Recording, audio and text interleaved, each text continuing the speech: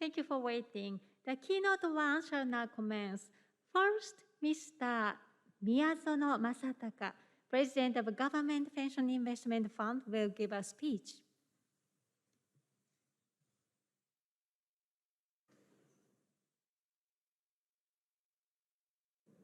こんにちは。年金積立金管理運用独立行政法人 GPIF 理事長の宮園正隆でございます。本日は TCFD サミット2021に登壇の機会をいただきまして誠にありがとうございます。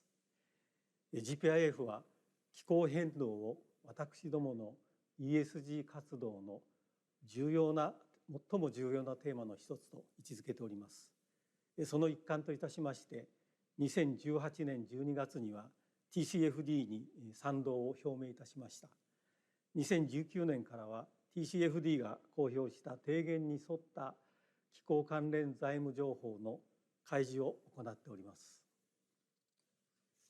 本日はまずはじめに GPIF がなぜ ESG 活動に積極的に取り組むか、その背景についてご説明申し上げます。GPIF は190兆円を超える年金積立金を国民の皆様からお預かりし、国内外の資本市場で運用しています。資金規模が大きいので、株式では約6000銘柄、債券で約1万5000銘柄に幅広く投資するなど、世界の資本市場全体に幅広く分散投資している投資家でございます。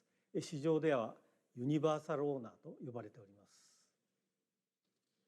また GPIF が運用する年金積立金は100年という長期間の財政計画をもとに設計されました日本の公的年金制度の中で、数十年先の未来における現役世代の保険料負担が大きくなりすぎないように使われるものであります。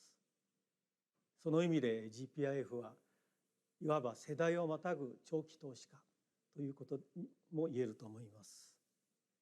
このような2つの特質を持つ GPIF が長期にわたって安定した投資収益を獲得するためには、投資先個々の企業価値が長期的に高まり、ひいては資本市場全体が持続的安定的に成長することが何よりも大切です。そして資本市場は長期で見ると環境問題や社会問題、ガバナンスの影響から逃れられないので、こうした問題が資本市場に与える負の影響を減らすことが投資収益を持続的に追求する上で、そして被保険者である国民の利益のために不可欠であると考えております。これが GPIF が ESG 活動に積極的に取り組む背景でございます。さて、さまざまな ESG 活動の ESG 課題の中でも、気候変動に伴うリスクについては影響の大小あるものの、すべての資産クラスに、そしてすべての銘柄に同時に生じるものでございまして、私どものようなアセットオーナーにとっては分散投資を行っても完全に消すことのできないリスクです。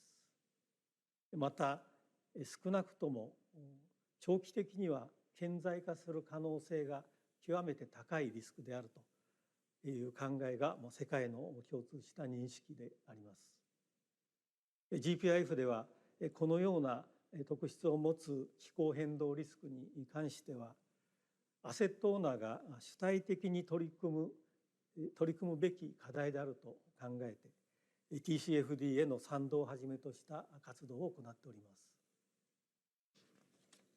す。GPIF がこのほど行った2020年度版の TCFD 開示におきまして、温室効果ガス排出に関する分析の対象をスコープ3まで拡大し、初めてサプライチェーン全体をカバーいたしました。また分析対象資産についても、新たにオルタナティブ資産の一部、具体的には国内不動産について初めて分析の対象といたしました。さらには低炭素社会への移行に伴う機会とリスクの産業間移転の分析を新たに行いました。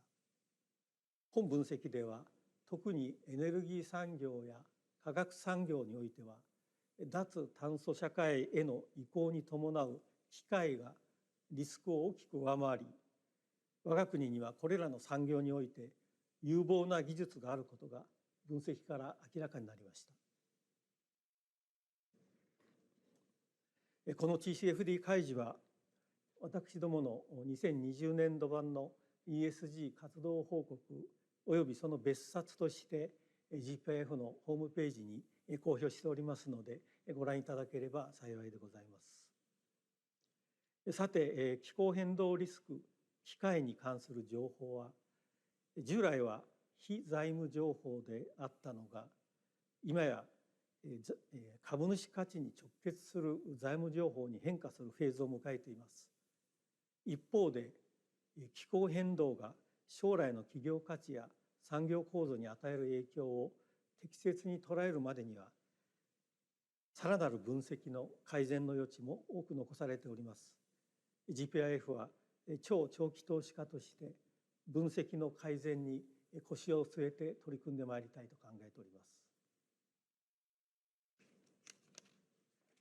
す。GPIF は自らが気候関連財務情報をはじめとする ESG 情報の開示拡充に取り組むことを通じて市場全体の持続可能性の向上に努めてまいる所存でございます。今回の TCFD サミットがインベストメントチェーンを構成するさまざまな参加者による活動のさらなる活性化につながりますようお祈り申し上げます。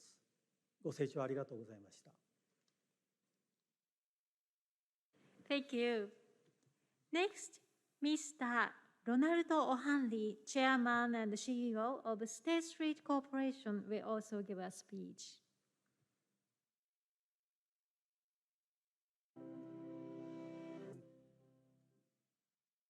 Hello, my name is Ron O'Hanley, and I am Chairman and CEO of State Street.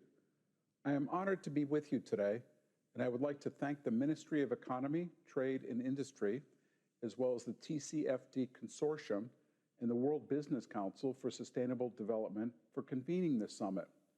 We praise Japan's leadership for its urging of companies to provide more transparency around how the companies manage financial risk posed by climate change. Since last year's TCFD Summit, we have seen significant progress in the endorsement and adoption of the TCFD framework. After the G7 summit last June, the Group of Seven released a directive supporting mandatory climate-related financial disclosures based on existing recommendations from the TCFD. The G7's backing shows growing recognition and acceptance that climate risk is financial risk and that climate risk disclosures are critical for managing those risks. In July, the G20 finance ministers and central bank governors committed to developing a baseline global reporting standard building on the TCFD framework and taking into account regional circumstances. TCFD disclosures are an emerging requirement for all parts of the financial system, including pension funds, banks, and insurers. We are shifting from TCFD as a voluntary disclosure framework to it becoming a primary regulatory response to climate risk. So far, New Zealand, the UK, Hong Kong, Switzerland, and Canada have announced new implementation plans around mandatory TCFD reporting. It has been less than 6 years since the Financial Stability Board created the TCFD, and already climate risk disclosures are becoming the norm in economies representing over 80% of global GDP. At State Street, we endorse TCFD principles as a strong investor-led framework for reporting on climate change risk. In 2017, we committed to adopting those principles to report on our own management of climate change risk. In 2018, State Street Global Advisors, our asset management division, began asking portfolio companies to disclose climate risk using the TCFD framework. State Street engages with listed companies on issues that are material to a company's ability to generate long-term value, and climate change is one of our most urgent and material risks. We are pleased with the progress in TCFD endorsement. The next step will be TCFD implementation as companies find ways to overcome the challenges to gathering data across their operations. We are committed to helping companies adopt and implement TCFD disclosures. We do not believe in a one-size-fits-all approach, but we will assist in sharing industry best practices. Thank you again for the opportunity to speak about one of our generation's biggest challenges. Together, we can build a stronger and more sustainable world. Thank you very much. Now, we would like to move on to panel discussion 1, Asset Owners' Role in Today's TCFD Disclosure Landscape. The facilitator of this session is Mr. Mizuno Hiromichi, Special Envoy of UN Secretary General on Innovative Finance and Sustainable Investment. Now, I'd like to pass the facilitation to Mr. Mizuno. Thank you very much, and welcome to the third TCFD Summit. This is one of the conferences which is really focusing on the TCFD recommendation, and also the provided very useful opportunities for participants as a panelist or speaker, as well as an audience, to up to the speed of development in the area of sustainable finance. And I'm very honored to be a moderator of the first panel together with these distinguished panelists. The theme is about the asset owner's role in the sustainable investment, but I think we really cannot talk how and what the asset owners should do separately from what the other actors and actresses of investment chain trying to reshape our capital market. So today, I'm really pleased to have the four distinguished panelists. Let me just introduce from, hi, Marcy in the virtual form. So the first the panelist is Marcy Frost. She's CEO of CalPERS, California Pension Fund. And next to her is Mr. Akira Sugano, President and CEO of Asset Management One. And then Edward Baker, Head of Climate Policy from PRI, Principle for Responsible Investment. And the farthest end is the Kazuyuki Shigemoto, Executive Officer, Chief General Manager in Investment at the Dai-ichi Life Insurance. So I'm glad to have you all on the panel.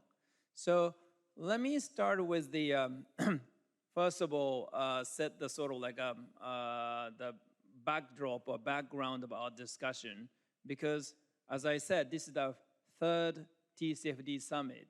And this is the one forum which is the METI and the TCFD Consortium trying to bring the global intelligence to Tokyo to discuss the sort of like the recent and the latest development of TCFD movement.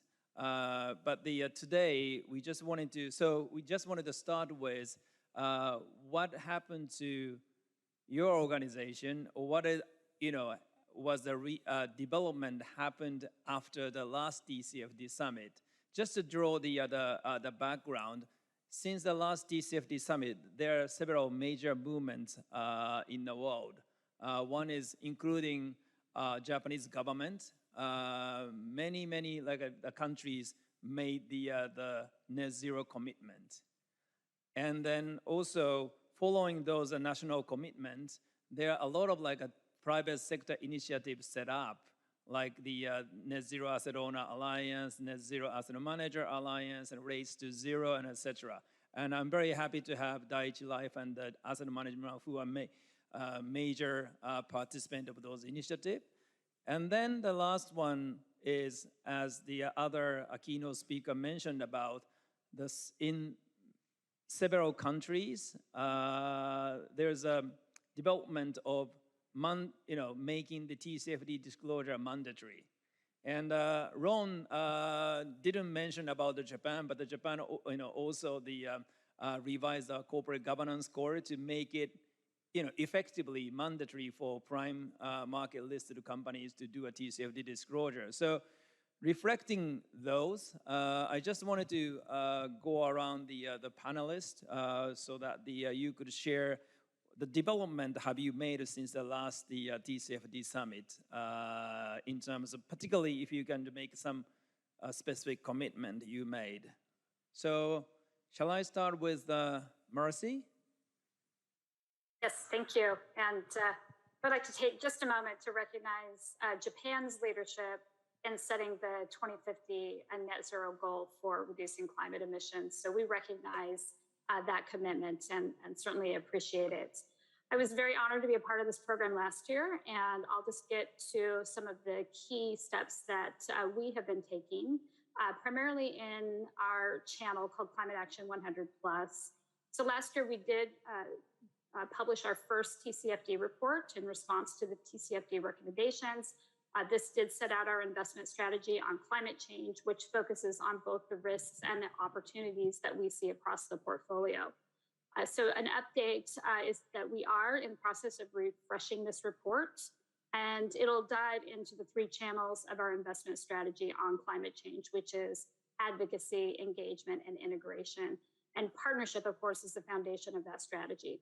But I would like to take just a moment to highlight the progress of the initiative, Climate Action 100+, that many of us are a part of. CalPERS did convene and co-found this investor-led initiative to ensure the world's largest corporate greenhouse gas emitters take necessary action on climate change. To date, we have more than 615 investors with 55 trillion in assets, engaging with about 167 companies that account for 80% of the global industrial greenhouse gas emissions. Together, we are driving significant change.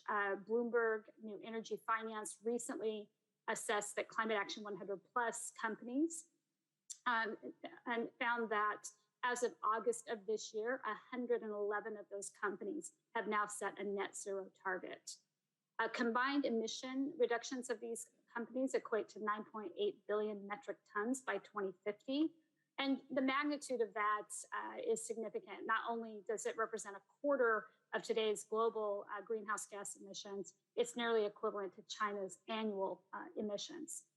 So to chart progress, another development that's happened within the last year is what we call the Net Zero Company Benchmark for Climate Action 100+, which sets out those timelines for short, medium, and long-term emissions reductions. And those are alignment of CapEx, incentives, and political lobbying. We've developed a new indicator to ensure a just transition, to ensure the impact on workers and communities forms part of the company's strategies as well towards those net zero targets.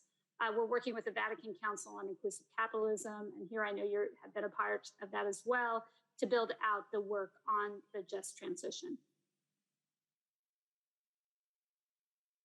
Thank you, Marcy. So I definitely will come back to you to discuss the index a bit more in detail, but let me just ask the Sugano-san to share your view and your experience.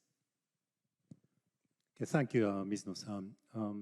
Asset Management One is one of the largest asset manager in Asia with asset under management of 57 trillion yen. It's almost equal to 510 billion US dollar. And after the last TCFD Summit into 2020, we decided to participate in the Net Zero Asset Managers Initiative, which is followed by many asset managers.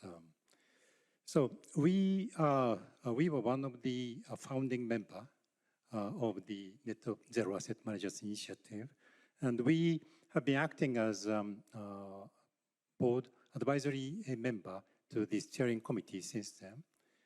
And one of the reasons why we decided to jump into this initiative is that we have been discussing how to integrate materiality into every aspect of management, including asset investment. So we came up with drawing a materiality map, which is double materiality. And of course, social impact and economic impact. On the top right-hand side, there is climate change. So that's one of the reasons within very short period of time, we decided to make a commitment to Net Zero Asset Managers Initiative. And the first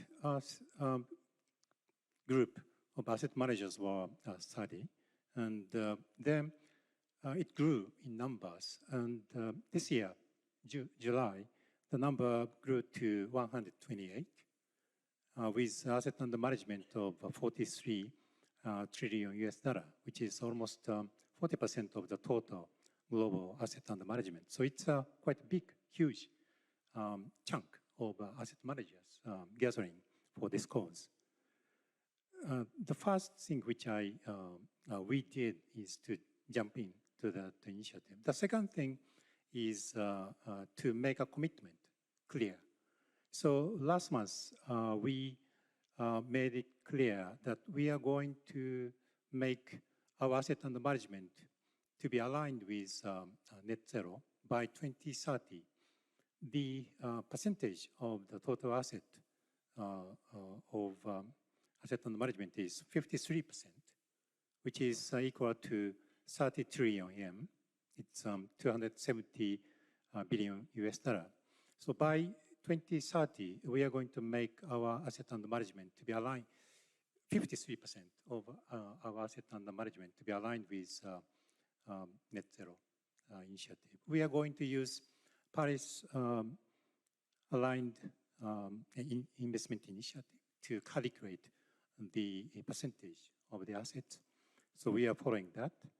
And I think that is one of the earliest declaration of interim target by participants in the initiative. The other thing which we did is to call on other Japanese asset managers. Because I said that 128 asset managers participated, but only 3 are Japanese asset managers. So it's quite small portion of the total. So we means asset management one, and Nissay Asset Management and Sumitomo Mitsui Trust Asset Management. We were the signatory of the initiative, and we called on other Japanese asset managers to come in. So we kind of drummed up support for the initiative. We didn't hear any response yet, but I think that kind of continuous engagement with our peer asset managers is quite important.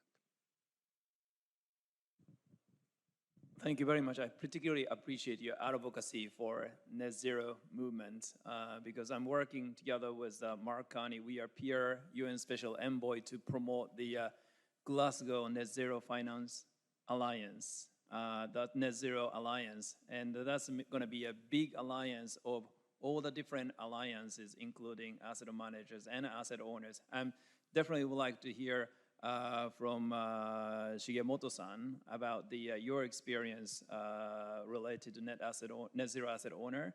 But maybe before, I just want to go to Edward to talk about the, from PRI's perspective, because the PRI has been leading all these like a discussion on a framework, and I was on a board, and one of the biggest topic always at the PRI was how to standardize the disclosure matrix. So obviously we saw the big hope when the TCFD was established. But I would like to ask Edward to share what's happening at the policy, the discussion level. Maybe I think the PRI is a great, the organization. You are in a position to share that with the audience and the other panelists. Well, thank you very much, Hiro. And I just may start by sort echoing the comments that Martin made earlier about recognizing Japan's leadership in this area, and also your personal leadership and the work of the TCFD Forum. I think it's very important to the success of TCFD and going global in the move that Japan has made. So I am obviously slightly the odd one out on this panel. I am representing our CEO, who unfortunately can't be here today. But I think, as you rightly said, Hiro, this year is an extremely important year for climate-related disclosure. It's not a new concept, of course. It's been around for many years. But there's no doubt that this year will be a breakthrough year. And I think the TCFD has been integral to that. I think the fact that it has been industry-led has had that credibility in terms of initial market take-up. It has this sort of flexibility, which means it can be adopted in both markets that have had regulatory frameworks in place for a number of years, and also those that are perhaps sort of new to this. So I think a major development really over on a year from last year has been, I think, just clarity in the direction of where we are going. So a year ago, it was some uncertainty as to whether there was going to be consolidation or fragmentation, or maybe consolidated fragmentation between the different disclosure regimes around the world. But now I think, thanks really to the work of countries like Japan and the COP26 unit, which Mark Carney has been leading, I think there really is an exciting opportunity for standardization. And this, of course, is highly valued by PRI and investors to have this interoperability between regions. I think an important point, which we'll hopefully touch on later, is around some of these developmental metrics. So for PRI, I think ensuring that that there is this move to kind of a standard climate disclosure framework has been a high priority. I think we've already referenced the G7 endorsement. We've had actually 5 countries already come out with mandatory disclosure plans, starting in some cases as soon as this year. And hopefully there will be more as we build towards the Glasgow Summit in COP. So the momentum now, I think, is unmistakable around TCFD. And at the same time, I think there's an exciting update to the task force's own guidance, which is coming, which will be important in terms of ensuring greater consistency across regions and making the disclosures that companies produce more useful to investors represented on this panel.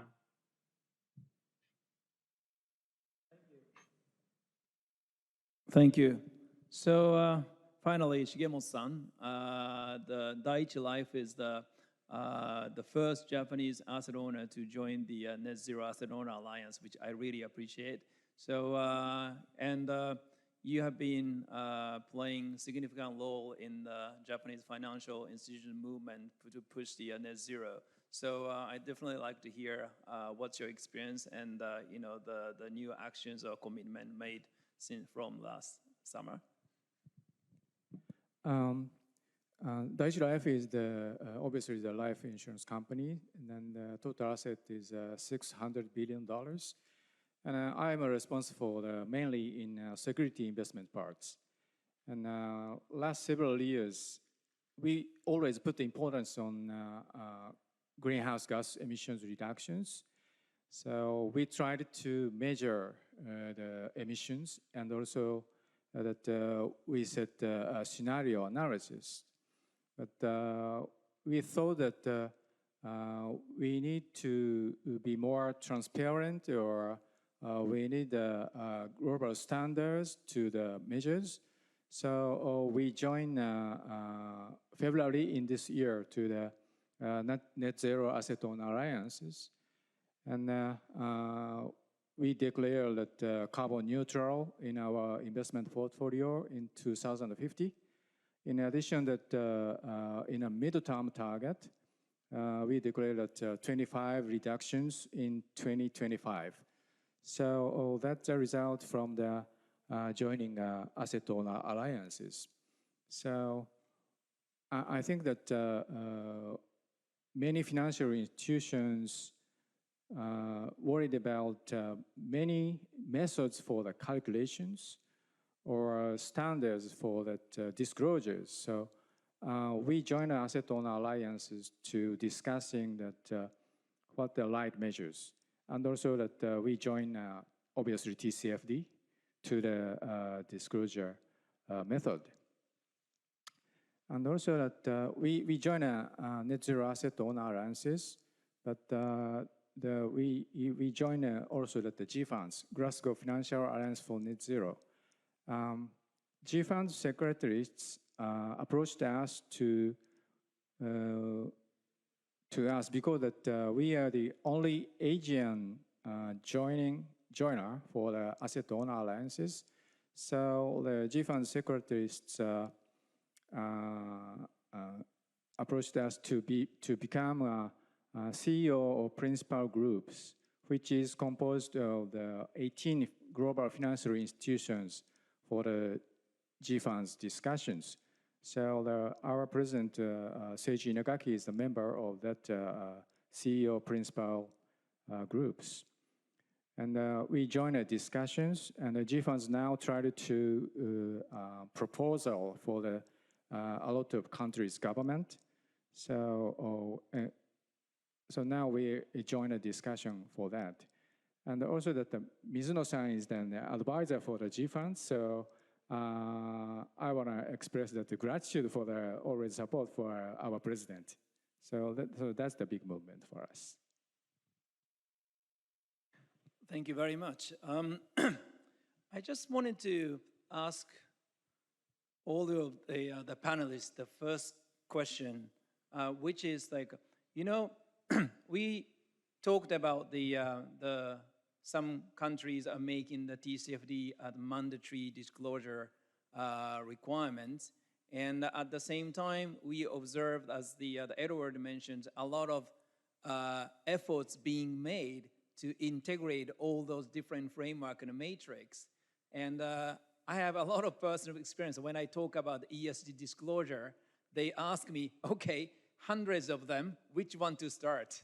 And I usually respond saying like, oh, for climate, maybe TCFD is going to be a core of the different disclosures, but I'm sure you are also asked the same question. So given this is the TCFD Summit to discuss particularly the TCF's role or impacts on the sustainable finance or ESG investments. So can I just go through the panel to, you know, ask that how do you respond to that kind of questions? How do you explain the significance of the TCFD in the, you know, sort of a global effort for creating a standardized matrix? So can I start with Mercy again? Thank you. So CalPERS has about a $500 billion portfolio, and these are pension assets set aside for about 2 million members here in the state of California. But our investment strategy has data and corporate reporting as its priority, so that we know that markets rely upon a flow of reliable information to inform both our company engagement as well as our capital allocation, which is significant. These measurements and metrics need to lead to the way that capital is allocated by all of the institutional funds, including pension plans. But the TCFD has provided the foundation for that reporting on climate risk through its framework for governance and risk management, metrics and targets. We have incorporated TCFD into the Climate Action 100 Plus Net Zero Company benchmark that I referenced earlier. However, we do need to see more swift movement in this area around mandatory reporting to ensure that standardization and timely reporting, which is integrated into all of the financials. This is something that is lacking. We're a little bit agnostic to the standard that is used, but having a standard that is normalized across sectors is something that every institutional investor is seeking from the companies in which it invests. So we've advocated for this at IFRS and also in the United States at the SEC. and just recently provided input to the SEC on public comment regarding climate change disclosures. So in June, and this is available on our public website as well, we did submit a detailed comment letter supporting the mandatory climate risk reporting in the United States. Then we also have had several meetings with SEC Commissioner or Chair Gensler to set out the investment case for mandatory reporting, not just on climate risk, but other areas such as human capital management, that gives us a lot better insight into understanding the drivers of return. So we've also supported the investor agenda. Again, there are a number of these associations out there. And this is an initiative which focuses on policy measures needed to support the market's response to climate change. And then in June, as was referenced earlier in the session, G7 ministers backed mandated climate reporting in line with the recommendations of the TCFD, which we thought was a great decision and movement in this particular area. And then in July, the G20 announced supporting global implementation of the TCFD framework. And as of the 2020 status update, there are now just under 2,100 companies that support the TCFD's recommendation, including corporations with a combined market cap of about 22 trillion. And then financial institutions as well, accounting for about 178 trillion of assets under management collectively. So we've long supported mandatory climate risk reporting by the International Financial Reporting Standards Foundation, IFRS, through the establishment of a new body, the International Sustainability Standards for the ISSB, which will apply to the 140 markets worldwide, which allows IFRS. And I know that Japan also supports this initiative, and we're appreciative of that as well. And then also a recent update out of the European Union has set out to establish a framework of sustainability disclosure that is intended to make the EU a global leader in setting standards for sustainable finance. So the good news here is that there is a willingness in the US, in the EU, and IFRS levels to develop mandatory reporting. This will provide the financial markets with the information we need to ensure that that risk and opportunity are priced appropriately. And then we also know that private markets need to be included in climate risk reporting.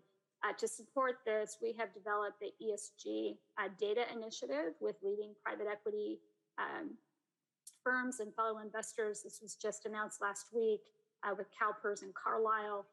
The initial indicators for reporting include greenhouse gas emissions and the use of renewable energy.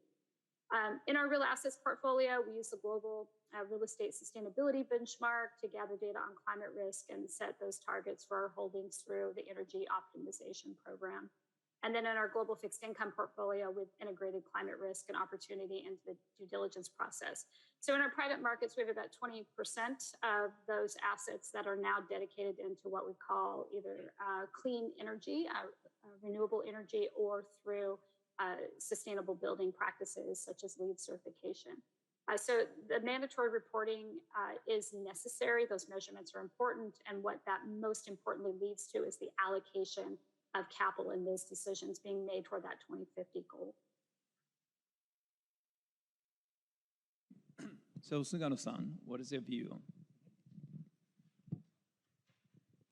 Yes, first of all, I'd like to explain that the composition of our asset under management, which is over 55% in Japanese equities and Japanese fixed income. And Japanese regulators, Japanese FSA, came up with a corporate governance code which depicts that you need to use TCFD or equivalents like IFRS for the prime segment of topics. So it means that for Japanese asset manager with large exposure to Japanese domestic markets, there is no choice but to use TCFD, maybe IFRS.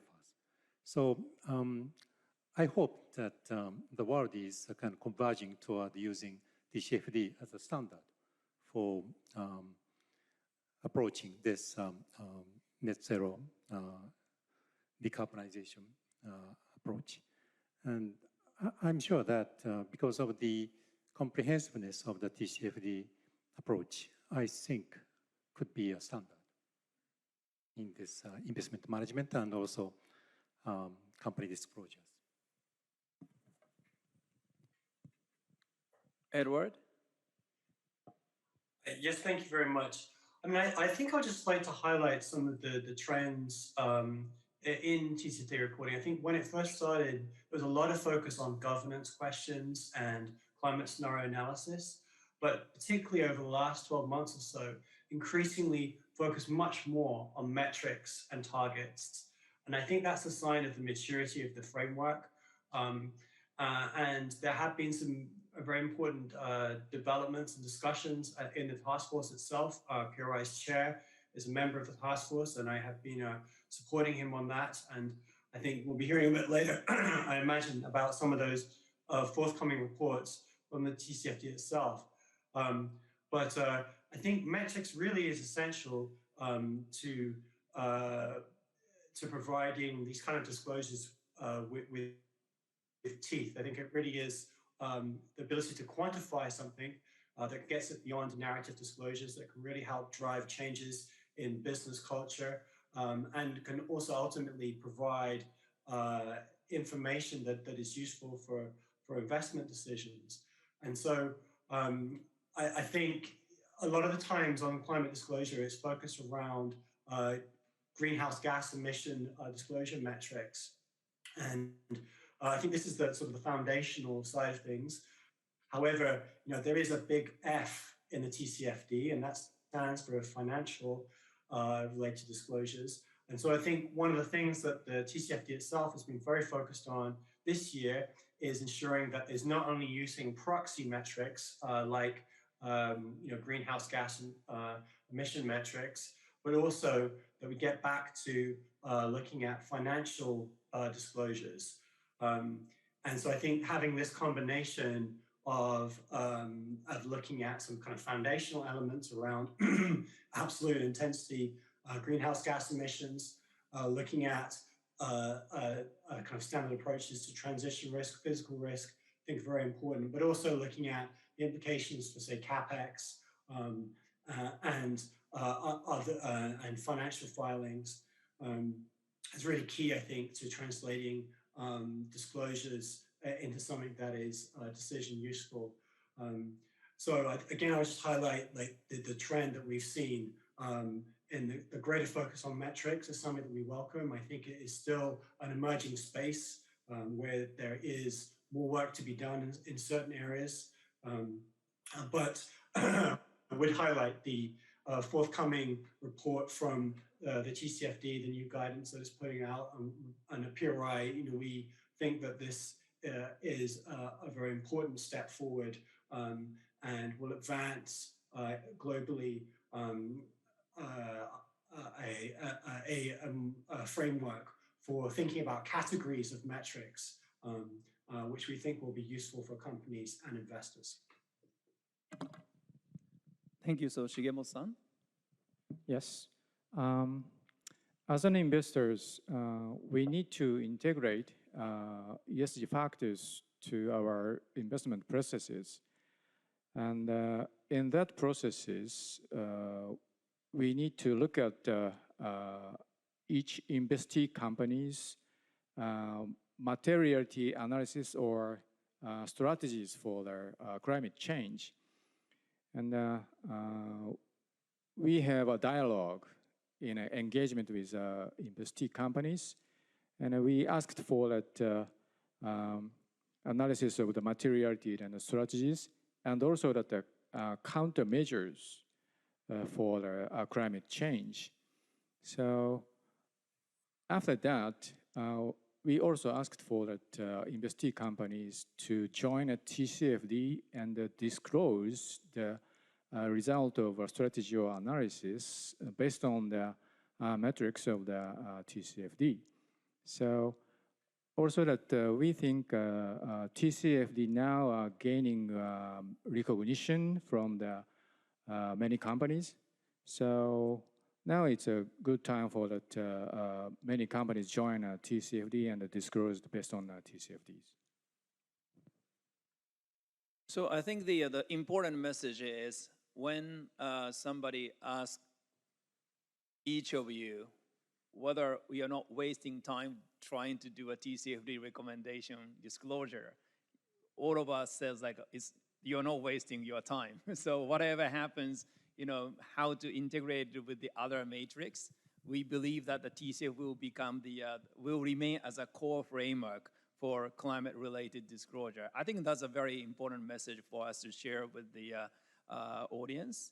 The one thing I would like to ask you is like, we talked several times about the G funds, Glasgow Financial Alliance for Net Zero. That's an alliance of different alliances, Net Zero Asset Owner Alliance, Net Zero Asset Manager Alliance, Net Zero Bank Alliance, Net Zero Insurance Alliance.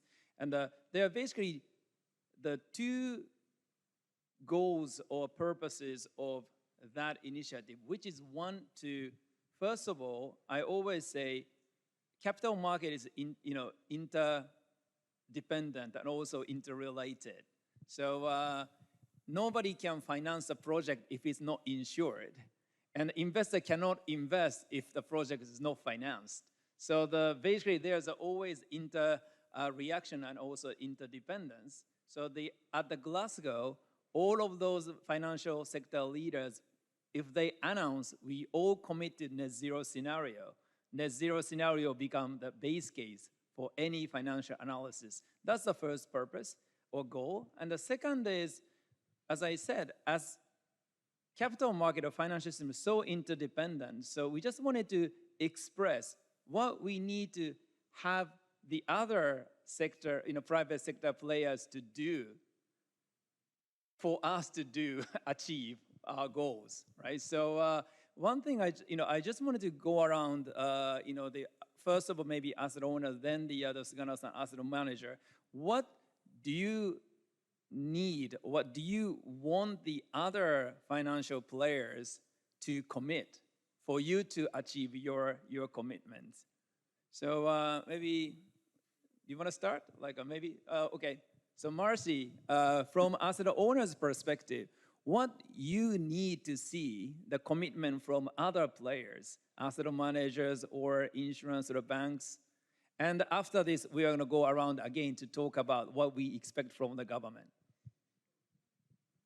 Thank you. Yeah, the commitments we are asking for through our engagement program are really the points that I've made to this date. That is, we need data, we need commitments, that we need transparency around these metrics, we need it reported in a normalized way, we need it reported in a way that it can be audited.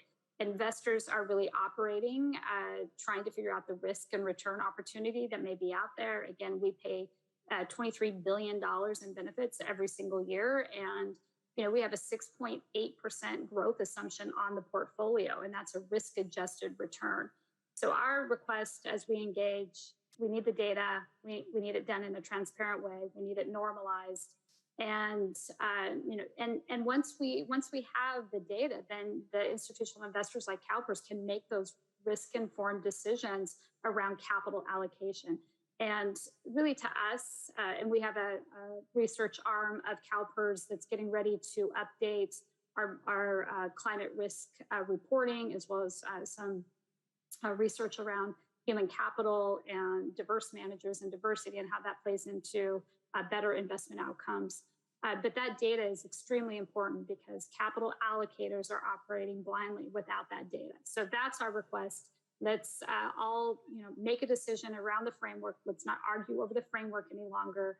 The TCFD, I love that Edward said, the big F in the TCFD. This is really about our fiduciary responsibility, the financial obligation of a system like CalPERS to understand how to allocate this capital over the long term. So that would be our request. So, so Shigemo-san, why don't you just, express your expectation out of the asset managers and other organizations, consist this capital market system? Yes.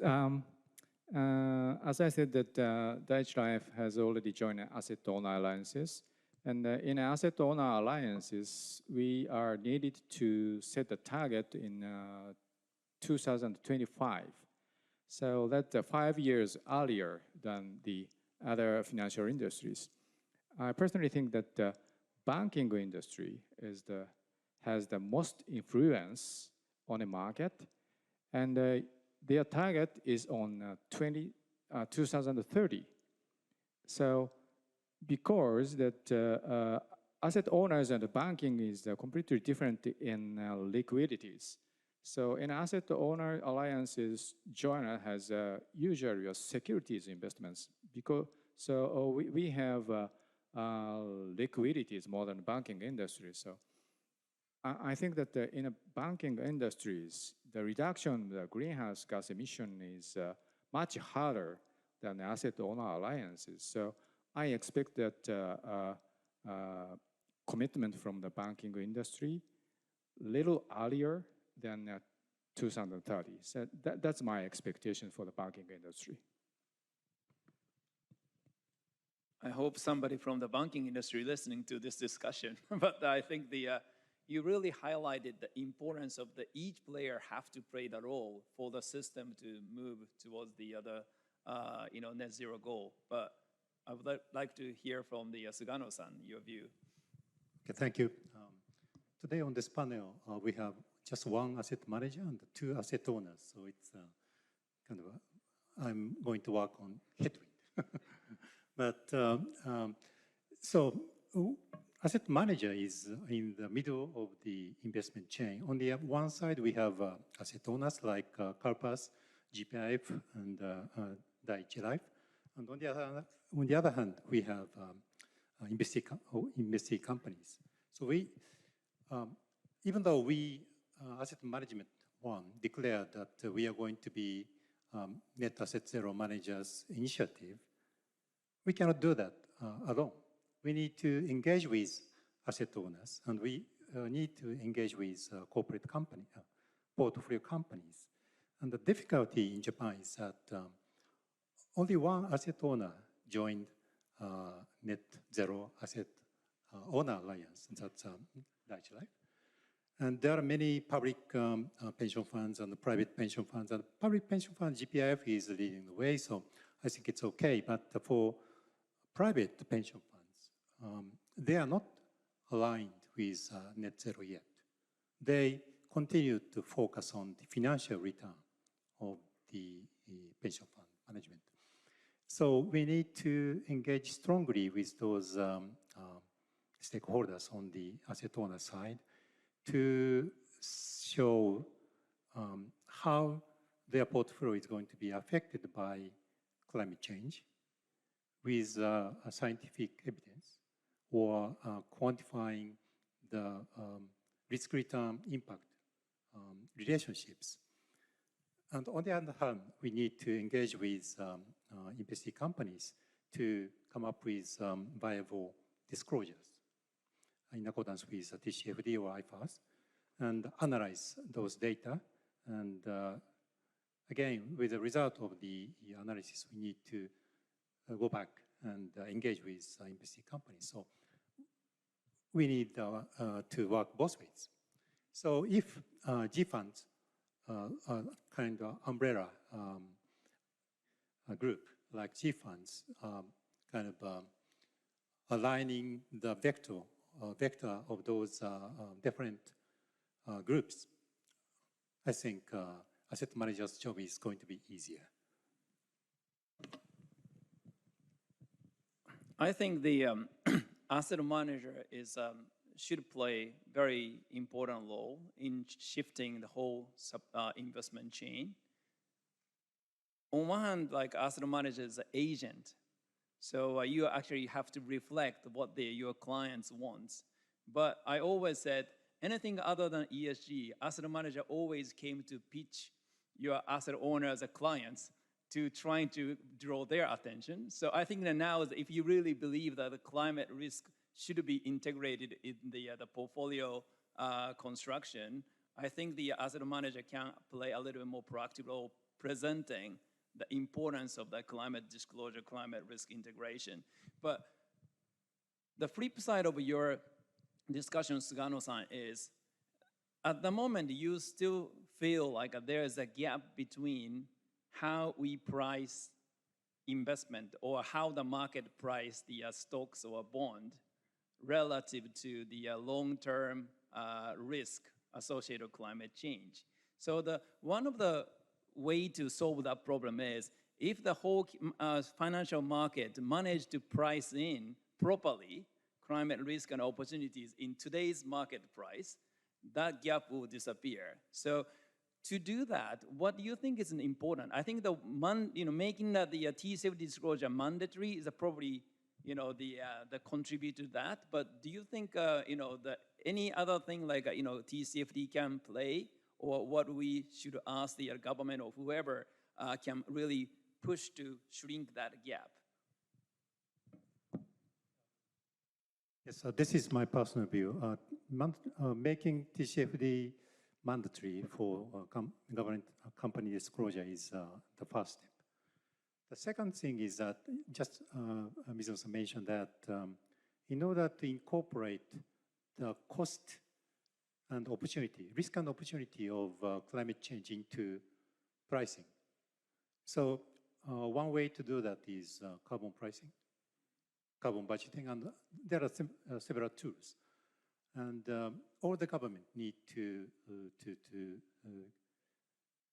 bring up that unified approach toward pricing the cost and opportunities of climate change into price, valuation of the corporations. So that's the second most important step which we need to take. I think Sugano-san touched on a very important point, which is was meant to be my sort of second question to all the panelists. Because we are now 1 month from the COP26.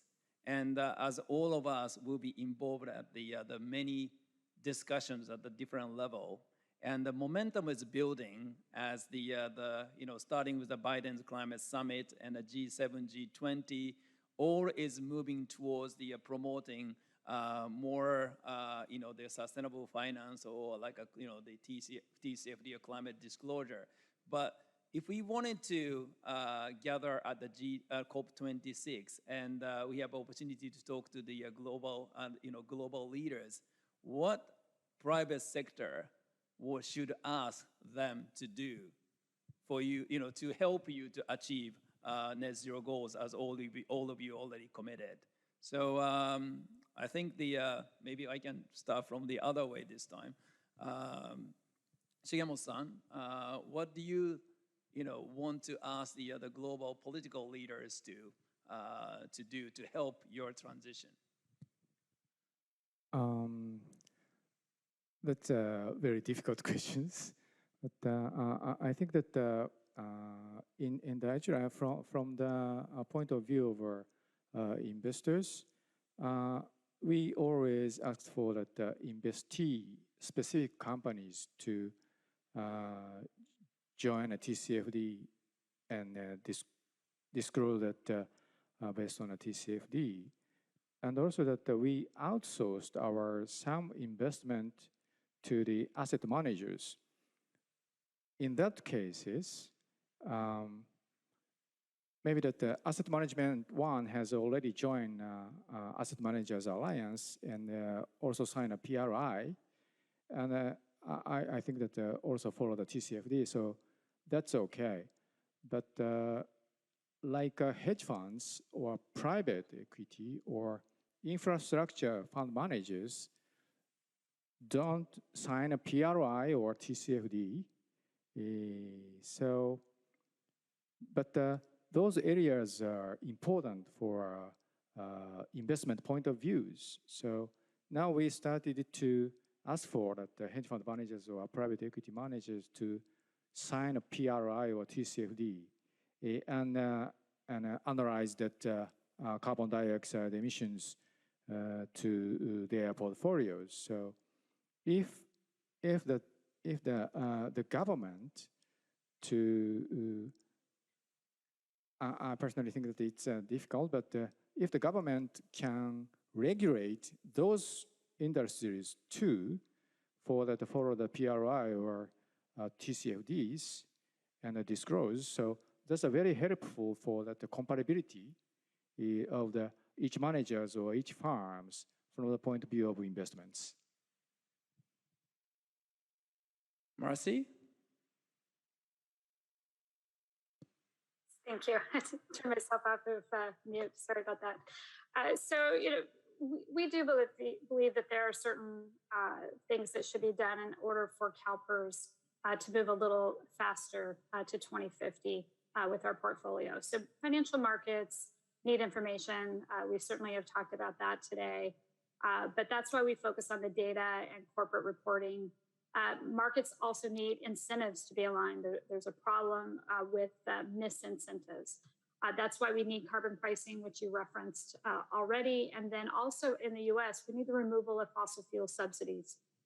And clear commitments from governments through their nationally determined contributions from the Paris Agreement also need to be set, and these need to be beyond ambition, but the planning to achieve actual net zero emissions at the latest by 2050. By 2050, we need to back into those dates. What are the goals for 2025, 2030, et cetera? So those are the things that we think need to be done. We've certainly engaged in the US, starting to engage more globally. We are making requests of the companies we're engaging with to do a TCFD report. CalPERS does a TCFD report on its portfolio.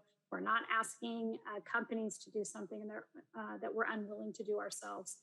But here in the US context, it's really getting carbon priced appropriately in the market so we understand the risks, the appropriate risks, and companies are paying for the emissions, which should set a different motivation to get to net zero, and then removing those subsidies that are disincentives. Just before going to Edward, the Marcy, you pointed out the sort of like wrong incentives. And one of the things which came to my mind when I was initially asked about the net zero alliances is, I didn't want the net zero, the portfolio commitment, give it an incentive to just, divest some of the carbon heavy industry. So their portfolio will look like a good and, the Paris compliant portfolio, but globally, the issue remains, and only the ownership of the problematic company move to the people who don't care about that. So that's kind of like a long incentive I was a bit concerned about. But the what do you think? Like the Sugano-san or Shigemo-san, you joined the Net Zero Asset Owner Asset Manager Alliance. That's one of the things which concerned some people, including myself. But do you think like that Net Zero Alliance may create the wrong incentive? I don't think so. The divestment, a few years ago, divestment is going to be only the solution to net zero. Many people say that, but the situation has changed, and now there are many investors saying that divestment is not the solution to the problem, and engagement is going to be the solution to that problem. And that's partly because of the GPIF's approach toward this issue as universal ownership. And I think we have got the idea that if we divest our polluters, then somebody else, or maybe private equity companies would buy that. That is not going to solve the problem. So we need to engage. We need to, not until the last time, to engage, give up engagement with portfolio companies. I think that's the message from Net Zero Asset Managers Initiative. I don't see any line saying that you need to divest. You should divest your polluting companies from your investment, and you can achieve net zero by 2050. That is not going to be the solution. That's my understanding. Shigemo-san, do you have anything to add? I agree with Mr. Sugano. So several years ago, mainly in Europe, the divestment movement had occurred. But now many investors are aware of that engagement is more important than the divestment. So as Mr. Mizuno said, that divestment is just a change of the owners. So that's not solution of the problem. So Daiichi Life has a lot of dialogue for engagement with investee companies, and we asked for a lot of things based on corporate governance or stewardship code.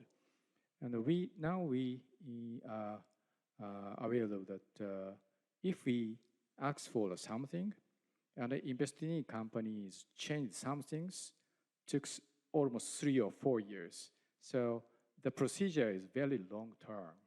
But I think that we just can't give up to that processes. So the 3 or 4 years engagement will make a result for the change of the investee companies.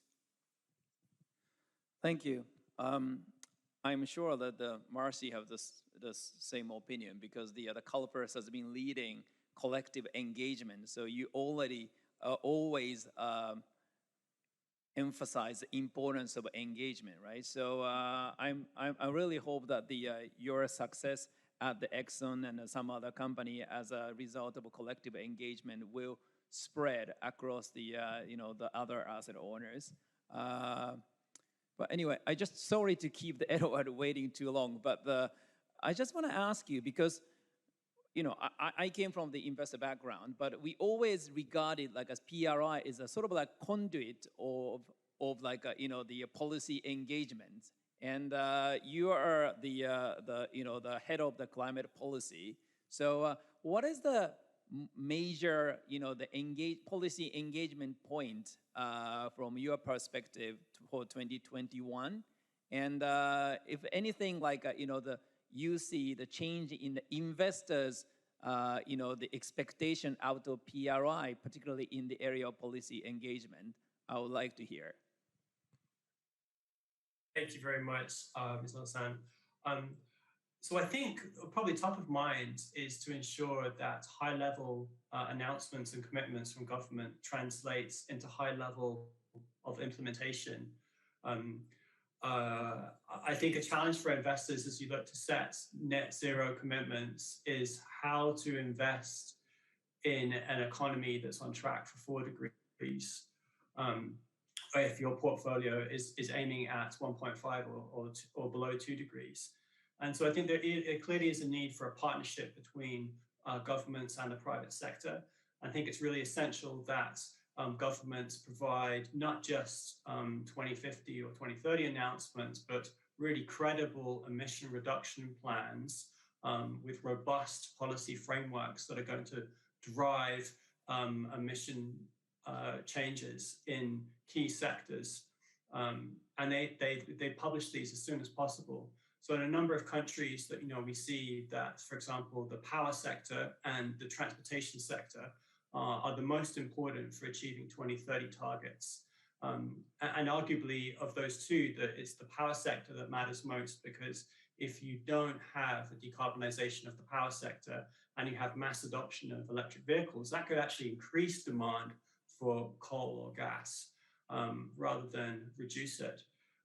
So I think it really is looking at the policy frameworks that are going to drive changes in the power sector in particular, and ensuring that these are brought into play. So we know that a number of conversations are underway, including, I might add, in Japan, as it looks at its own energy mix for the future. But we do think that governments need to step forward and provide credible emission reduction strategies. One thing that I just thinking to what Marcy just related, that fossil fuel subsidies affected a negative price on carbon. And back in 2009, G20 countries announced a commitment to phase out fossil fuel subsidies. Well, that was a fine commitment and an important one, but 12 years later, we're still waiting for a detailed plan as to how they're going to do it. So I think really what we need at COP is not just fine announcements, but we need credible near-term plans that will give market confidence to the direction of travel. Thank you. So we are running out of time. To wrap up this discussion, I'd like to ask each of you, because going back to the title of this discussion, or this panel discussion, asset owners' role in the TCFD disclosure landscape. So first of all, starting with Marcy, as an asset owner, what do you think the CalPERS can do more to promote the TCFD disclosure for the benefit of all? Well, I think one of the things that CalPERS has been doing in its private engagements with companies is, at least at this point, for those not doing the TCFD report, making that very specific request to all the listed companies. The second piece of this is that there are many unlisted companies that we also need to understand how they are managing risks associated with greenhouse gas emissions. So the work that we've been doing, GP with Carlyle, LP, CalPERS, putting together a standardized set of metrics to report out on, one, greenhouse gas emissions, and two, the use of clean energy and renewables. So this work needs to continue. We're in the beginning stages of getting this to be mandatory, at least here in the US. Again, have a lot of respect for the work that's happening in Japan, but that our government needs to make those commitments. Once the government makes commitments, companies, I think, will come along more nicely. But in the meantime, you're right, we have made a very strong policy decision that divestment does not work for CalPERS, at least in the initial stages, that engagement and keeping our voice at the table is what will work to help transition not only companies, but we also have to think about protecting vulnerable communities and vulnerable people during this transition. And we have to stay at the table, we believe, in order to have a voice in that. Thank you. So Shigemoto-san, so the same question, what the asset owner can do to further promote TCFD disclosure? Actually, we continue to the dialogue with our investee company in engagement. We always ask for that investee companies to sign and join a TCFD and start to disclose based on the TCFD. So we will continue that. So just we can do. Okay, so Sugano-san, how could you help the asset owner to contribute more to TCFD disclosure? Different questions. So we need to clarify our approach toward the investee companies on how to make climate change responses as well as portfolio return compatible, and showing that to asset owners. Not only qualitative kind of scenario analysis, but quantifying the results. I say that return risk and the impact to asset owner side. So you just cannot say that you need to join net zero asset owner alliance, but you need to show some evidence, and approach is kind of bearing fruit for your long-term asset management of the fund. So that's the way, I think. Thank you, it's great. So Edward, what the PRI can do to assist the asset owner to play a more significant role in the net zero transition? I think PRI, for its part, we do have an accountability mechanism when you sign up to joining the PRI, and that is a reporting framework. And so for the past 3 years, we have gradually phased in TCFD reporting requirements. I would say that I think it's important that not only that we improve the volume of reporting, but also the quality of reporting. And I think in this regard, I think PRI will be strongly supporting the new guidance from the TCFD which, as I say, is an important step forward, particularly in the advancements of looking at metrics and transition plans. From my perspective, that's something that we'd like to support. I think it will help asset owners in their conversations with their managers, as well as investing companies. Great. So thank you very much for joining this panel. I hope we left some points for the discussion in the following panel discussion. So thank you, Edward from the UK, Europe, and thank you, Marcy from California, and thank you, Sugimoto-san from Tokyo. So thank you very much for listening to this panel discussion. I hope the following discussion will be very fruitful and constructive. Thank you. Thank you, Mr. Mizuno, and panelists. Thank you very much for your discussion. Next session is Keynote 2 and panel discussion 2. Participate online, please go back to the timeline and join the next session. We will begin shortly. Please wait for a while. Thank you.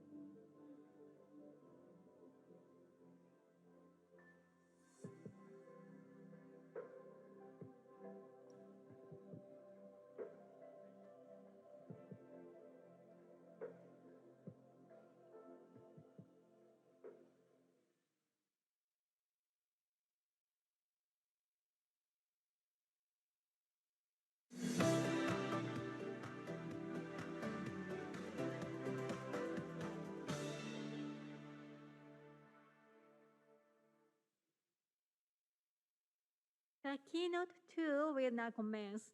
First, Mr. Tokura Masakazu, Chairman of Keidanren, will give a speech.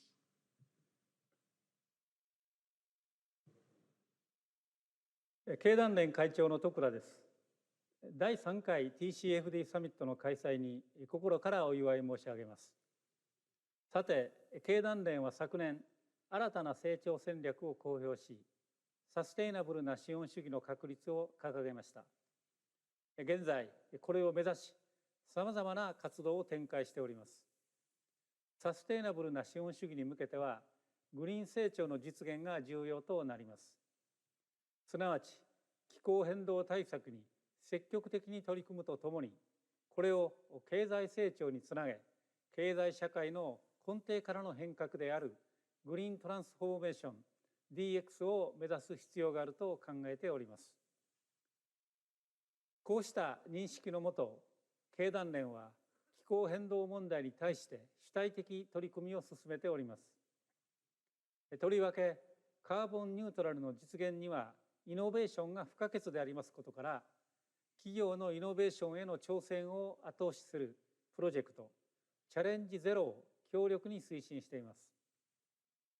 チャレンジゼロに参加する企業団体は、まずカーボンニュートラルの実現に貢献するイノベーションへの挑戦を宣言いたします。その上で、それぞれが挑戦する革新的技術開発、社会実装普及、ファイナンスに関する具体的なアクションを公表します。現在、180を超える企業団体から390以上の野心的なチャレンジを表明いただいております。ご案内のとおり、日本政府は昨年の TCFD サミットにおいて、チャレンジゼロと連携したゼロエミチャレンジを立ち上げており、本日その第2弾が公表されました。このゼロエミチャレンジは、カーボンニュートラルに挑戦する企業の情報を国内外の ESG 投資家等に向けて発信する非常に有益なプロジェクトですので、ぜひご活用いただければと存じます。また、企業によるカーボンニュートラルへの挑戦を金融面からサポートする環境整備も非常に重要であります。現在、サステイナブルファイナンスのインフラともいえる TCFD 提言について、日本の賛同機関数は世界一であり、特に製造業など金融機関以外の企業の占める割合が多い点が特徴であります。このことは、日本の産業界が気候変動開示の重要性を強く認識している表れと考えます。さらに、来年、東京証券取引所は市場区分を再編しますが、グローバルに活動を行う企業が中心となるプライム市場におきましては、上場規則におきまして TCFD 開示が求められる予定であります。経団連といたしましても、TCFD 開示企業のさらなる裾野の拡大や、金融機関、投資家とのエンゲージメントの進化などに積極的に取り組んでまいります。無論、カーボンニュートラルは一足飛びには実現できず、その移行期において不可欠となるトランジション技術に対しても資金を動員することが重要です。そこで日本政府はトランジションファイナンスに関する基本指針を今年5月に策定し、現在これに基づく業種別ロードマップの検討作業を進めております。経済界としてもこうした議論に積極的に参画するとともに、アジアなどの途上国、新興国に対してもトランジションファイナンスの重要性を積極的に発信してまいります。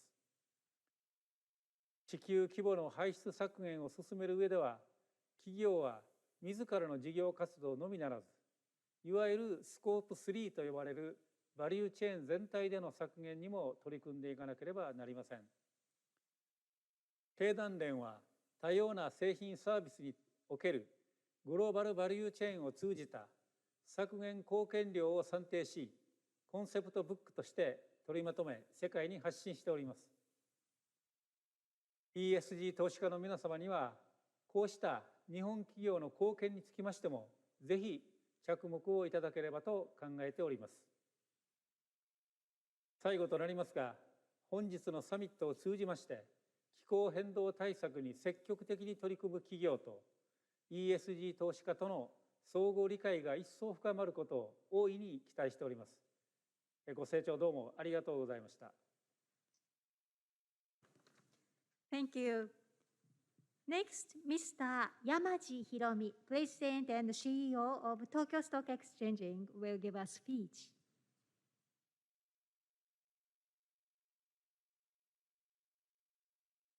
Hello everyone, this is Hiromi Yamaji from Tokyo Stock Exchange.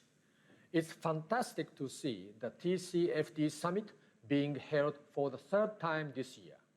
I have liked to see you all in person, but considering the current situation, this is the best way to send my message. I'd like to give a big thank you to all of those who have made this summit possible. 2021 was a year in which action and disclosure based on the TCFD recommendations were given a huge push forward in Japan. The Japanese Corporate Governance Code, which we revised this year, now strongly stresses to companies the importance of action on sustainability issues. On the topic of climate change in particular, it asks that all listed companies should address climate change positively and proactively to increase corporate value over the mid to long term. But on top of that, for companies listed on the new prime market, which we are launching next year, the code requests that they should analyze data on the impact of climate change risks and opportunities on their business activities and profits, and enhance the quality and quantity of disclosure based on the TCFD recommendations or an equivalent framework. In Japan, the number of companies and organizations which have announced support for TCFD is growing, but there are still issues when it comes to putting the recommendations into practice in a company's activities and disclosure, and we are aware that a lot of companies are finding this difficult. Japan Exchange Group is working hard to provide information to help more listed companies and investors to use TCFD effectively. Every fiscal year since 2018, JPX and the Financial Services Agency have jointly held outreach events on the theme of TCFD with the aim of deepening investors' and companies' understanding of the importance of information disclosure and dialogue using the TCFD recommendations.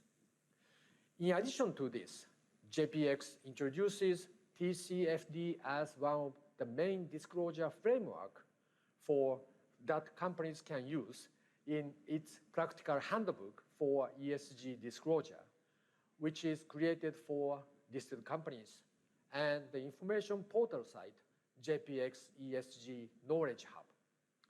These two resources provide information that companies can refer to when preparing disclosure based on TCFD. Recently, many countries and regions, including Japan, have pledged to achieve net zero emission by 2050. In order to reach this target, countries, regions, international organizations, companies, investors, NGOs, and others are working towards mitigation and adaptation to climate change. But one thing which will be key to these goals is capital. Fighting climate change will require a huge amount of capital. For example, the International Energy Agency estimated in a report this year that $5 trillion of investment could be needed annually by 2030 in order to achieve net zero, and that is just in the energy sector. The financial industry has an extremely important role to play here. In this way, it will be vital for company disclosure on climate change to progress, making use of TCFD, and for that disclosed information to be used by investors in their company evaluations so that capital can be allocated to companies which are taking the lead on fighting climate change, the transition to a low-carbon economy, and innovative technologies. Today's TCFD Summit has brought together people with a large range of perspectives from all over the world, and I am looking forward to robust debate on how to achieve wider adoption and implementation of the TCFD recommendations. My hope is that today's discussions can become a tailwind for the further adoption and traction of TCFD around the world and the creation of the virtuous cycle of environment and growth. Thank you. Thank you. Now we would like to move on to panel discussion 2, efforts to improve the quality of TCFD disclosure. The facilitator of this session is Mr. Nagamura Masaki, Fellow International Initiatives at Tokyo Marine Holdings Inc. Now I would like to pass the facilitation to Mr. Nagamura. Mr. Nagamura, please. Thank you very much. And hello, everyone. Thank you for joining the second panel of the TCFD Summit 2021. My name is Masaki Nagamura, Fellow for International Initiatives at Tokyo Marine Holdings, a member of the TCFD, and a steering committee member of the TCFD Consortium. It is such a great honor to facilitate this session that focuses on efforts to improve the quality of TCFD disclosure. It aims at shedding light on the new developments that have taken place at or around TCFD and help you find out how you should be prepared for the anticipated changes, not only in the TCFD's guidance, but the landscape of sustainability disclosure standard setting. We are fortunate to have 4 experts with firsthand knowledge of disclosure practices lined up as panelists. Let me introduce you one by one. Participating from New York, we have Ms. Becky Swanson. Becky is a senior consultant at Oliver Wyman and serves as a member of the TCFD Secretariat. Thank you, Becky, for calling in at 2 a.m. New York time. Then we have Ms. Megumu Tsuda, Deputy General Manager at Sustainability Promotion Department of Hitachi Limited in Japan. Thank you, Tsuda-san, for participating. Really appreciate it. Then we have Mr. Satoshi Ikeda, Chief Sustainable Finance Officer of the Financial Services Agency of Japan, and he is participating online. The 4th panelist is Mr. Yasunori Iwanaga, Managing Director at Amundi Japan. It is such a pleasure to have you all on board. Now, before I start asking each panelist to share their views, let me show you a number of slides that summarize the recent developments that have taken place around climate-related disclosures. There's a growing number of countries or regions that have declared to make climate-related disclosure a mandatory practice, such as the EU, the UK, and New Zealand. Although the US is not there yet, the US Securities and Exchange Commission requested public input on climate-related disclosure between March and June of this year. I think it is fair to assume that the Commission is working on making some kind of rules on the subject. Now, many speakers have already touched upon what's happening in Japan. The TCFD's recommendations were developed as a voluntary framework, but it turns out that many jurisdictions are referring to the framework as a tool for mandatory disclosure. Now, there's a strong demand to improve consistency and comparability of climate disclosures, and standard setters are working towards convergence and standardization. The proposed establishment of the International Sustainability Standards Board under the auspices of the IFRS Foundation is capturing the attention of many. The ISSB is expected to be launched in advance of COP26, and climate appears to be the first focus of its work. a group of 5 leading ESG standard setters already published last December the prototype climate-related financial disclosure standard, which was developed from the TCFD framework. The prototype is undergoing further refinement, which will eventually be fed into the work of the ISSP once launched.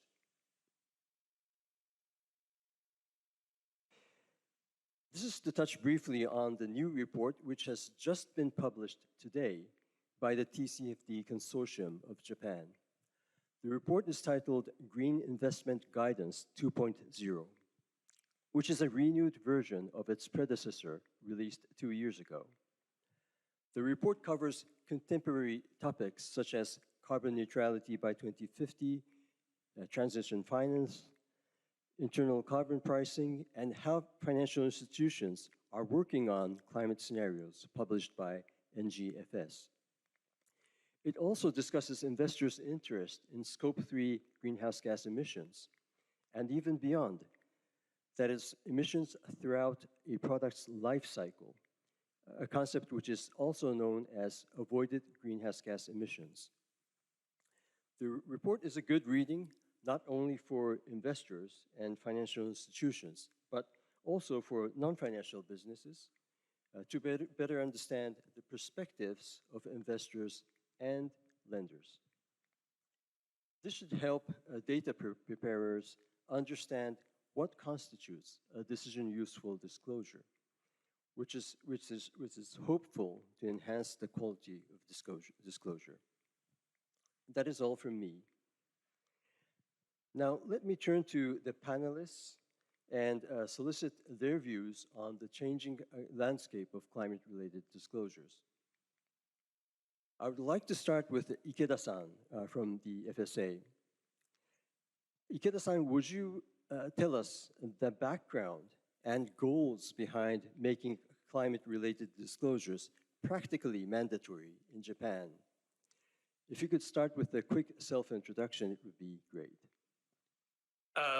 Thank you, Nagamura-san. And I'd be very happy to join this panel.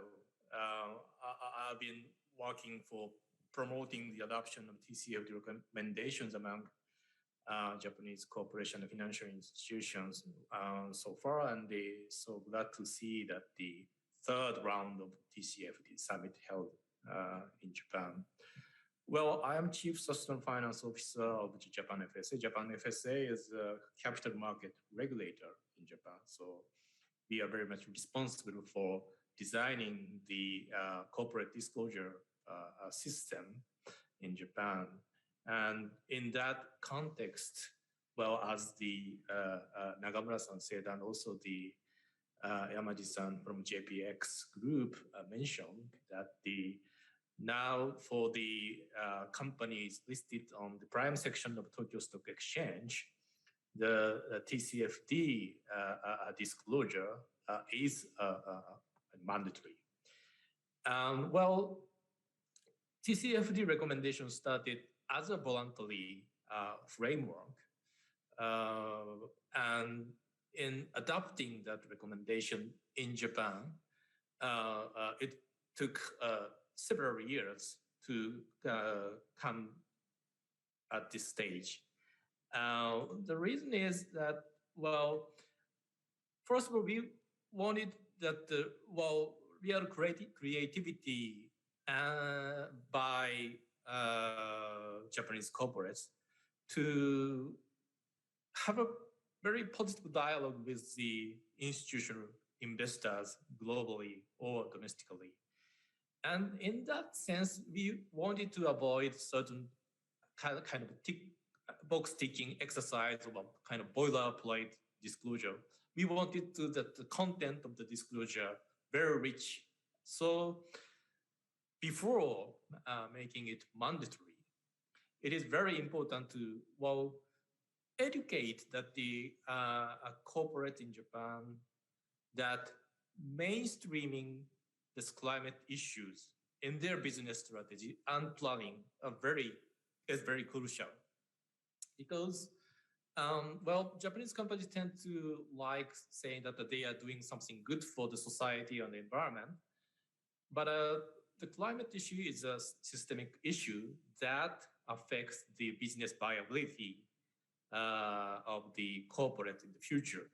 So while addressing the climate risks and opportunities are very much the corporate issue, that it's a matter of corporate value.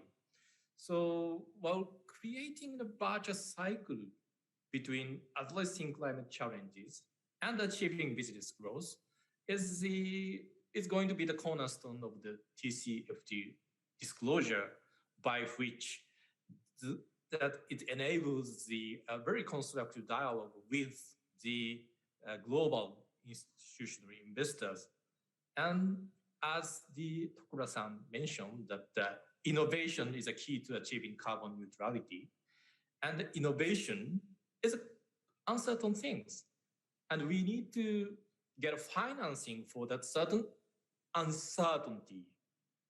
And financing uncertainty will mainly come from the equity finance. And so the communication with the equity investors becomes more important in the context of addressing the climate issues. And TCFD framework is best suited for that purpose, but one question asked back then was how to do it. So we went through certain learning by doing phase and creating circumstances where the major Japanese corporations are comfortable with the going along with the TCFD recommendations. So it took 2 or 3 years, but finally, through the revision of the corporate governance code, as I said, the TCFD disclosure became mandatory. And also further to that, we are discussing the more design of certain baseline elements of climate-related disclosure, which goes beyond the company listed on the prime section of Tokyo Stock Exchange. And that discussion is happening at the Disclosure Working Group of the Financial System Council, which usually recommends a certain policy directions vis-a-vis the financial system, which includes a corporate disclosure system to the Japan FSA. So I really see that the right now, the TCFD recommendations are becoming more and more deeply rooted in the disclosure practices in Japan. And that will certainly help address the climate issue and to help reach a certain path towards the carbon neutrality. That's my perspective. Thank you. Oh, thank you very much, Ikeda-san, for expressing your views and your expectations on how the Japanese corporate should move on from here. My take is that the revision of the corporate governance code has significant signaling effect to the market participants. And I have heard that it is not just large corporates paying attention to the revision, but also SMEs are interested because of the potential effect on themselves. So with this, let me turn to Becky. Yes, Becky is there. Just so the audience know, the TCFD members owe a lot to the Secretariat members who are working restlessly to deliver the soon-to-be finalized documents of the task force. And Becky has played an indispensable role there. Becky, my apologies for treating you so badly, for forcing you to stay up this late. But may I ask you to share with us how the expectations to the TCFD disclosures have changed and how the task force has come to revise its recommended metrics and targets. And in the meantime, requesting the portfolio alignment team to publish its technical report. Don't forget to start with a quick self-introduction. Thank you. It's my pleasure to be with you virtually. I'm Becky Swanson. As Mr. Nagamura mentioned, I'm a member of Oliver Wyman supporting the TCFD Secretariat. And before that, I worked for the US government on environmental policy. I wanted to start by thanking the Ministry of Economy, Trade, and Industry for organizing this event and for all of the attendees for your work on this topic. Japan has the highest number of companies that support the TCFD of any country, which is a testament to the enthusiasm that members like Mr. Nagamura and Mr. Fujimura bring to the task force, to the work of the TCFD consortium in educating members, the Japanese government in setting clear guidelines for organizations, and Japanese companies embracing these guidelines. If I move to my first slide, in June, the task force released for consultation a proposed guidance on climate-related metrics, targets, and transition plans. This document was developed in response to requests for more guidance on metrics and targets. And the proposed guidance also addressed recent developments regarding financial organizations measuring the alignment of their activities with low carbon future, which I'll talk about in a moment, as well as the disclosure of organizations' plans to transition to a low carbon economy, which my colleague Kaya Pagar will discuss in the next panel. We received robust engagement in the task force consultation with over 200 responses, 5% of which were from Japanese companies, and over 40 response letters. So thank you all for clarifying and helping refine this proposed guidance. I'm pleased to announce that the task force will be releasing the final guidance next week on October 14th evening time in Japan. One of the key aspects of the forthcoming guidance will be a set of cross-industry climate-related metric categories, such as Scope 3 greenhouse gas emissions and investment in low carbon opportunities that all organizations should consider disclosing. Importantly, these are not new metrics, but ones that have been part of the task force guidance since the beginning, that were emphasized this year because of their importance in understanding climate-related risks and opportunities and in estimating financial impacts. The task force heard from many respondents that the proposed guidance was an important step forward, but that greater flexibility was needed given the earlier stage of reporting for some of the proposed metric categories, such as Scope 3 greenhouse gas emissions. And it's also important to emphasize that the task force is not a standard-setting body and encourages industries and jurisdictions to develop specific climate-related metrics to support these metric categories.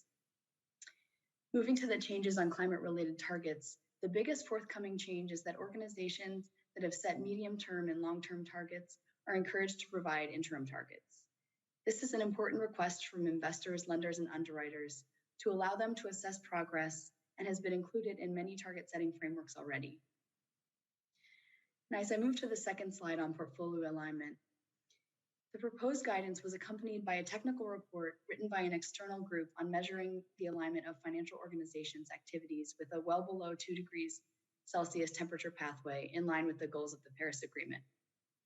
Now, portfolio alignment is a newer field, but it's growing in importance as more financial organizations make greenhouse gas emissions reduction commitments, including net zero pledges. And what's important to call out here is that portfolio alignment tools, from the perspective of the task force members' recommendations, can take a variety of forms, as shown on this slide, and each has its own benefits and drawbacks. One thing we heard strongly in the consultation responses was an emphasis that these techniques are evolving and that there was a greater request for flexibility in such disclosures, which you'll see reflected in the final guidance next week. Finally, to the question on how the expectations on TCFD disclosure are changing, this updated guidance is intended to provide more clarity and to update select items to reflect evolving considerations for climate-related disclosures, similar to the guidance that was released last year on risk management and scenario analysis. These are important updates to ensure that the TCFD guidance remains relevant, up to date, and useful as companies become more familiar with climate-related disclosures. But at the same time, the foundation of the TCFD framework remains the same. There have been no changes to the 4 recommendations or 11 recommended disclosures, and TCFD remains a voluntary framework on which regulators and others can build. And the task force also recognizes that implementation will take time as organizations become more familiar with the new guidance and as data and methodologies evolve. So I'm heartened to see the Tokyo Stock Exchange, Financial Services Agency, Ministry of Economy, Trade and Industry, Ministry of Environment, and others continue to lead in this space and to adapt the TCFD framework in order to further define climate-related disclosures specific to the Japanese context. Thank you. Well, thank you so much, Becky. Explaining what happened within TCFD over the past several months, you have confined it into 5 minutes, and that was great. That's something I could have never done.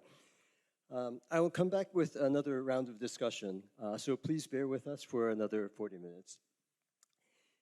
As Becky mentioned, one of the key developments around the TCFD metrics and targets is its focus on Scope 3 emissions.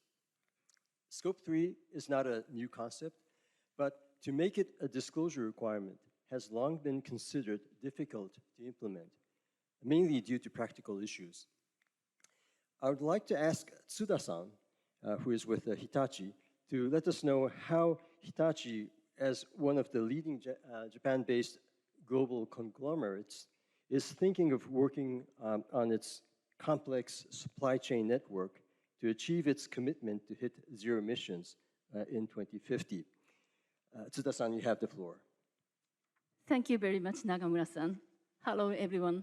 I am Meg Tsuda, work in Sustainability Promotion Division of Hitachi Limited. I am very glad to be here.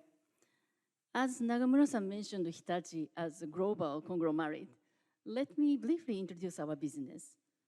Hitachi has been developing a social innovation business on a global scale to solve social issues by offering a combination of operational technology, IT, and products over its 110-year history. Its business scope covers a wide range of fields such as IT, energy, industry, mobility, life, and automotive. The company has 871 consolidated subsidiaries, of which overseas revenue account for over 50% of 8.8 trillion yen.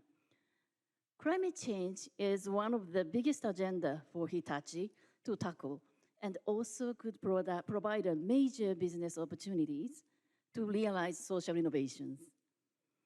Under Executive Vice President Alistair Dormer, who became Chief Environmental Officer in April of this year, we aim to be carbon neutral at our offices and factories by fiscal year 2030. And we recently revised our long-term target to achieve carbon neutrality throughout the value chain by fiscal year 2050. Because Hitachi's business is centered on manufactured long-life electrical products, CO2 emissions associated with the use of sold products in Scope 3 accounts for more than 80% of total emissions. Therefore, to achieve carbon neutrality in the field, we have three approaches. Firstly, we provide products and services with enhanced energy-saving features. And secondly, we offer IT/OT solutions to improve efficiency through digitalization by using our digital platform, Lumada. Thirdly, we provide energy systems, facilitating the introduction of renewable energy. Regarding disclosure, we have 1,000 business sites of our own, and our procurement partners are 30,000. Therefore, it takes a lot of effort to collect and calculate data from each business unit. So CO2 emissions associated with the purchased goods and services in Scope 3 account for 9.1% of total emissions. So therefore, Hitachi's group's 30,000 procurement partners, we selected 800 companies, which account for 70% of the total transaction value, to work together first. We selected these partners by carefully examining both the scale of a procurement and the size of CO2 emissions by a procured item. So we just revised sustainable procurement guidelines in July, and we are in the process of coordinating with each company to hearing their CO2 reduction plans. We hope that we will be able to grasp the emissions of supply chain more accurately as a step toward carbon neutrality. Thank you. Thank you so much, Tsuda-san, for sharing the story. Hitachi's efforts to engage with its outsized supply chain sounds to be a valuable first step to respond to the challenge of capturing and disclosing Scope 3 emissions. Let me turn to Iwanaga-san to hear his view as an investor. Iwanaga-san, thank you for being patient. And having heard from Becky about the TCFD's newly added recommendations for financial institutions to report Scope 3 financed emissions and to align their investment or lending activities to 2 degrees or lower pathway, could you give us how it is received by asset managers such as Amundi? I ask this because I think that there are many energy-intensive companies which are wary of the development, because if the models, such as the implied temperature rise, is used prematurely, it may lead its way to divestment. It would be great if you could touch on the portfolio alignment as well. Sure. Thank you, Nagamura-san. Good morning, good afternoon. I'm Yas Iwanaga of Amundi Japan. I'm a Chief Responsible Investment Officer at the local entity. And it's quite sort of honor to be here. And in response to Nagamura-san's questions, let me start first with the industry-wise movement in the recent past. Come to think, since last year, we've seen an enormous movement toward alignment to the net zero goal in the industry, namely net zero asset managers initiative. And so we are sort of pretty much aligned to change our behaviors or align ourselves to the goal. And the pledging is one thing, and it involves the actually taking actions that Sugano-san explained in the previous sessions. So it's about, first of all, coming up with internal goals. Secondly, being accountable or ensuring the effective communication to end investors, and also trying to develop the net zero products as needs be. So those are sort of kind of a to-do, they are on our to-do list going forward. And by the way, Amundi has joined the initiative or movement in July. And moving on to a sort of company-specific undertaking or sort of effort-making, like Becky has briefly mentioned on the portfolio alignment, and one of which is ITR, implied temperature rise. And we believe that this is a sort of one of the good addition to sort of metrics we use for climate strategy, because if you take the carbon intensity or absolute emission amounts, they just give you a snapshot or sort of backward-looking view. And what we believe is also important is a forward-looking view, like the trajectories of the individual companies, invested companies, as well as evaluation of their sort of the projects, like temperature rise. And Amundi has recently adopted a new metric, which is forward-looking, and we call the temperature scores. And we use them to define portfolio universe, for example, and also monitor the status of a portfolio to see whether they are or our investments are sort of in line with what we are trying to achieve. This is about the portfolio construction or portfolio monitoring. The other thing is coming up is an investment scheme or investment program for working closely with the asset owners. And one example is fixed income framework that we developed with an Asian institutional investor. So the idea here is to try expand the investable universe above and beyond the green bonds, which is certified in accordance with the ICMA's principle. The more companies report their climate risks or strategies, we believe that the greater our investment invisible universe would be.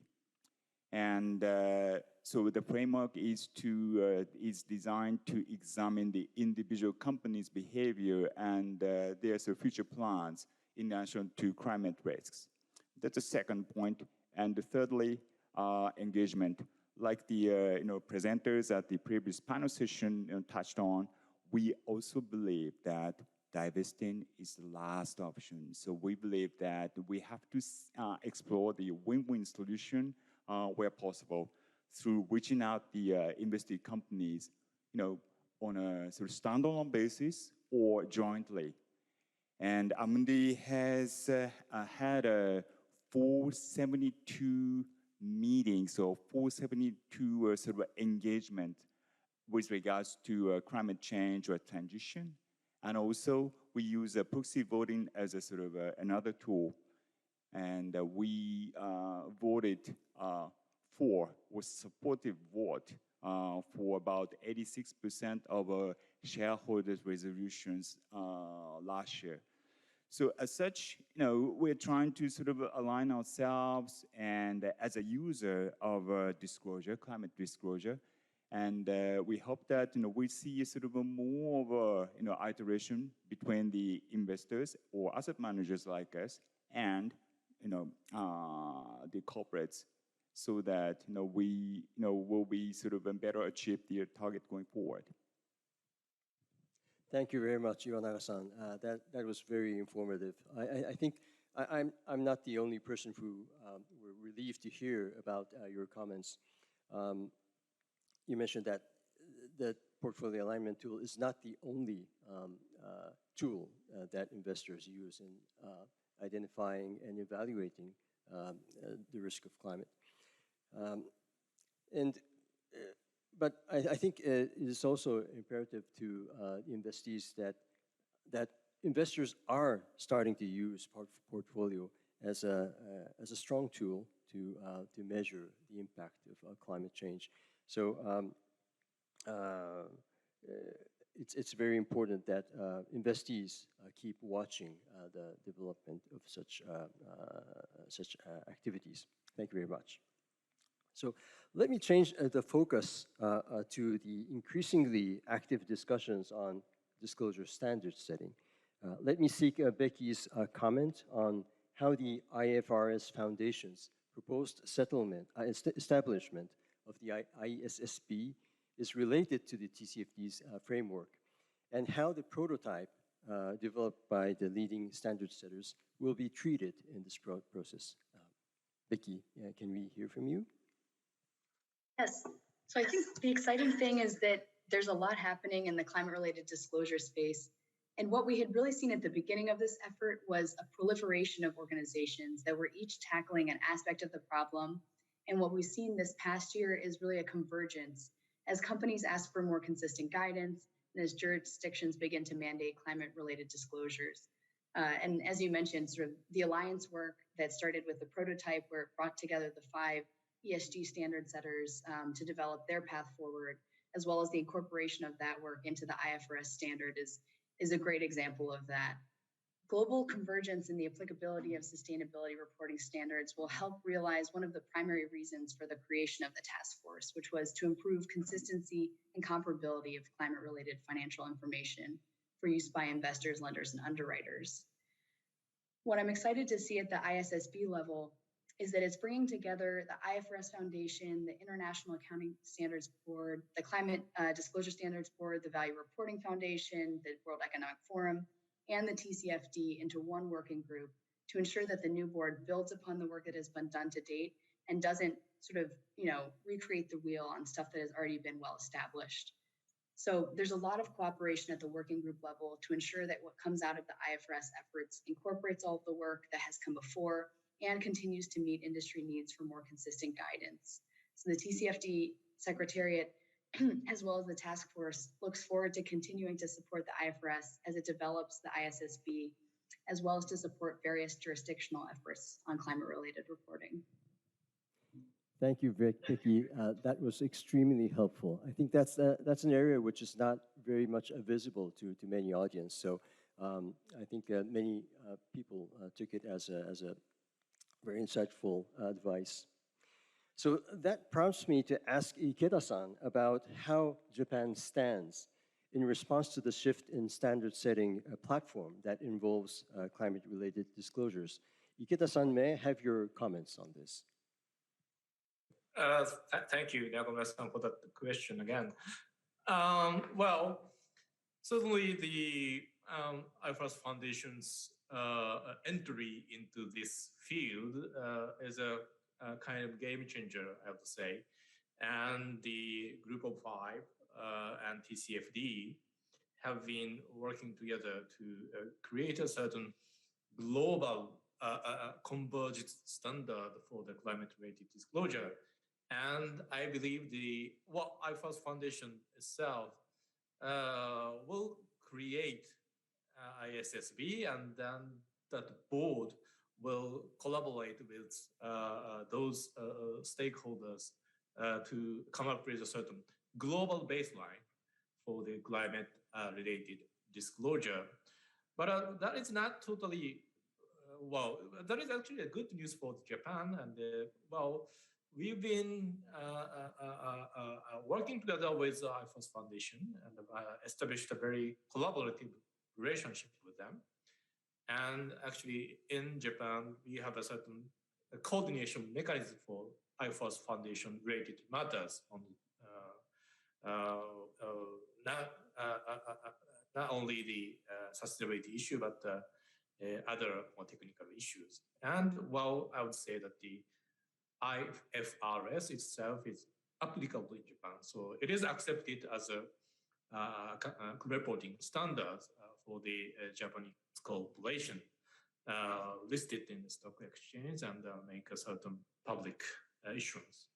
So if the international sustainability reporting standards comes harmoniously with the IFRS itself, well, that will certainly create a very good harmonious a combination of financial issues and sustainability issues, and that would merge into the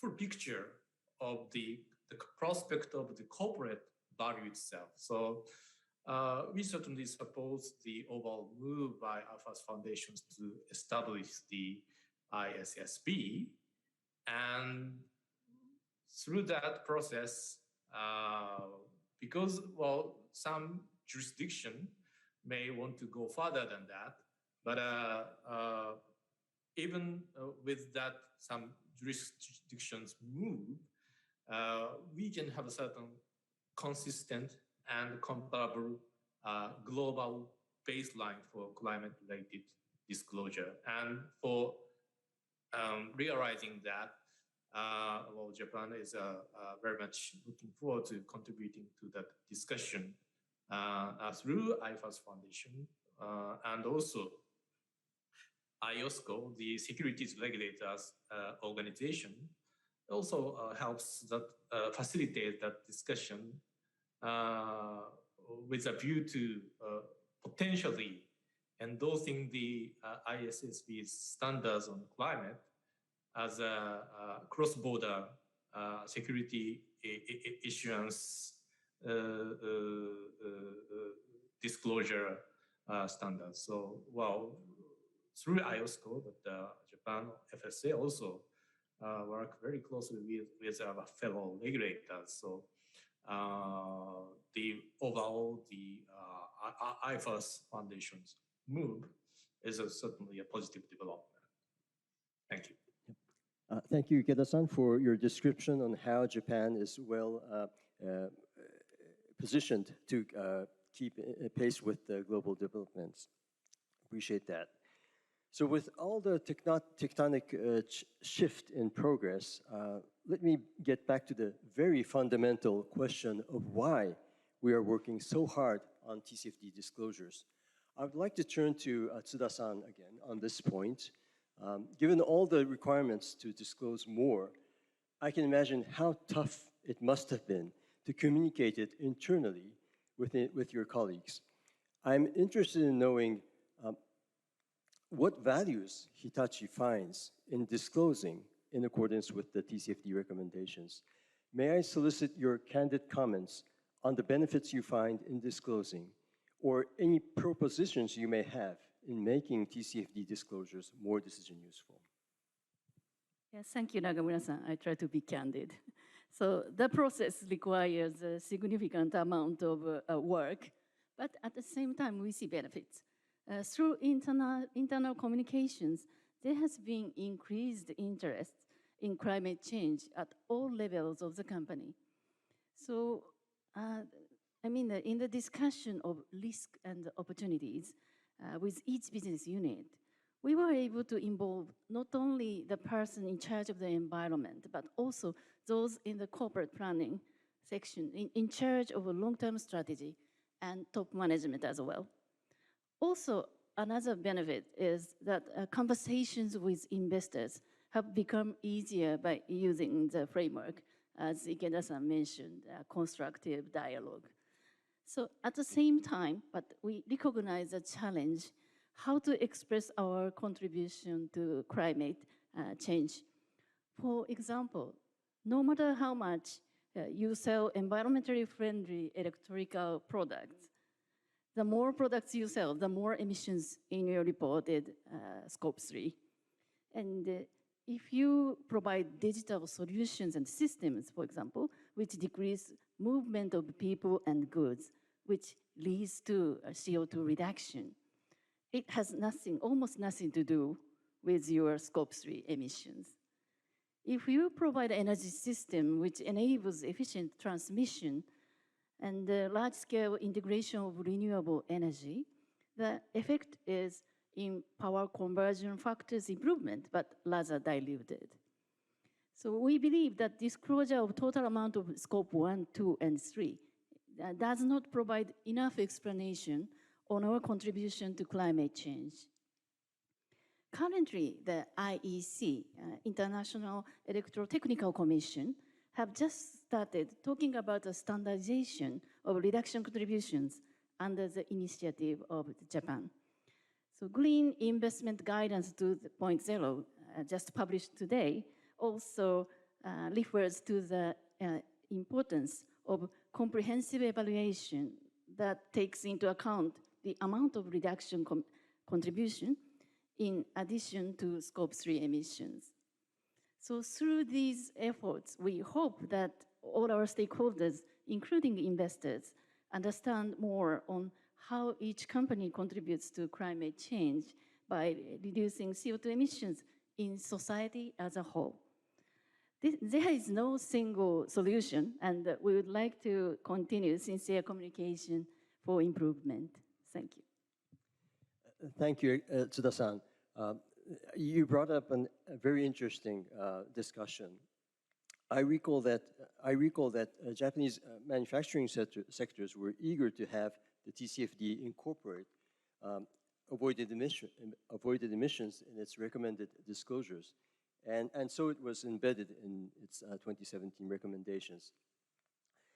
And I was very encouraged to hear that the discussion is taking place at a forum such as the International Electrotechnical Commission, which is something new to me, but that sounds like something worth watching, the developments. So let me ask Iwanaga-san again, if you have any thoughts on how the standard setting discussions should develop from here, and how corporates are expected to respond to this massive shift. And if you could also touch on the points Tsuda-san has raised, it would be terrific. Okay, thank you, Nagamura-san. Well, like we discussed, we are sort of kind of agreeing that, well, there's no silver point when it comes to understanding the company's climate strategy.